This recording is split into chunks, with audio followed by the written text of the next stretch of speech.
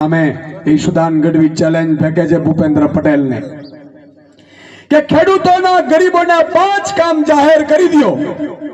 ઈશુદાન ગઢવી આજીવન રાજનીતિ છોડીને મારા ઘરે બેસી જશે। સાહેબ મારે કોઈ રાજનીતિ નથી કરવી સાહેબ। આપો ચેલેન્જ સ્વીકારો તમે, બરોબર કે નહીં? અને નહીં તો હું ભૂપેન્દ્ર પટેલ ને ભાજપના નેતાઓને કહેવા માંગુ છું કે તૈયાર રહેજો। 2027 માં આ જનતા કદડાઓની સાથે ખદડાઓને કાઢીને રહેશે અને ખદડાઓને કાઢ્યા પછી તમારે જેટલા રૂપિયા 30 વર્ષમાં ભેગા કર્યા છે એ બધાનો લિસ્ટ બનશે અને તમામ સંપત્તિ જપ્ત કરીને મારા ગરીબોના ખાતામાં નાખી દેવામાં આવશે। ઈ પેલા 5 કામ કરી દો તો ઈશુદાન ગઢવી પર રાજનીતિ છોડી દે। મારે પણ રાજનીતિ કરવી નથી, મારે તો આ ગરીબોનું ભલું કરવું છે।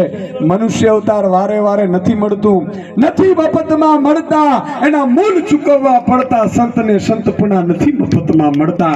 સાહેબ મારી પણ ઈચ્છા નથી કે આ ગંદી રાજનીતિમાં આવું, પણ સાહેબ જો તમે ગરીબોનું ભલું નહીં કરો, મારા આ ગરીબો, મારા ખેડૂતો, મારા ભાગિયાઓ, મારા મજૂરો, મારા શ્રમિકો, જે તમામ સમાજ જ્ઞાતિ ધર્મના છે, જો એનો તમે ભલું નહીં કરો તો મારી પાસે મને ખબર છે કે 20 થી 25 વર્ષ જિંદગીના છે।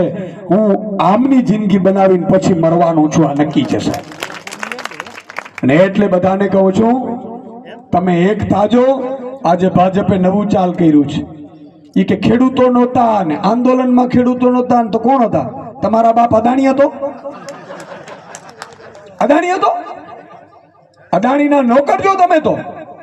એક અદાણીને જે સંપત્તિ ગુજરાતની સરકારે આપી છે સાહેબ, એટલી સંપત્તિ તમને આપે તો તમારું દેવું સૂરજ હાથમે નહીં પેલા માફ થઈ જાય।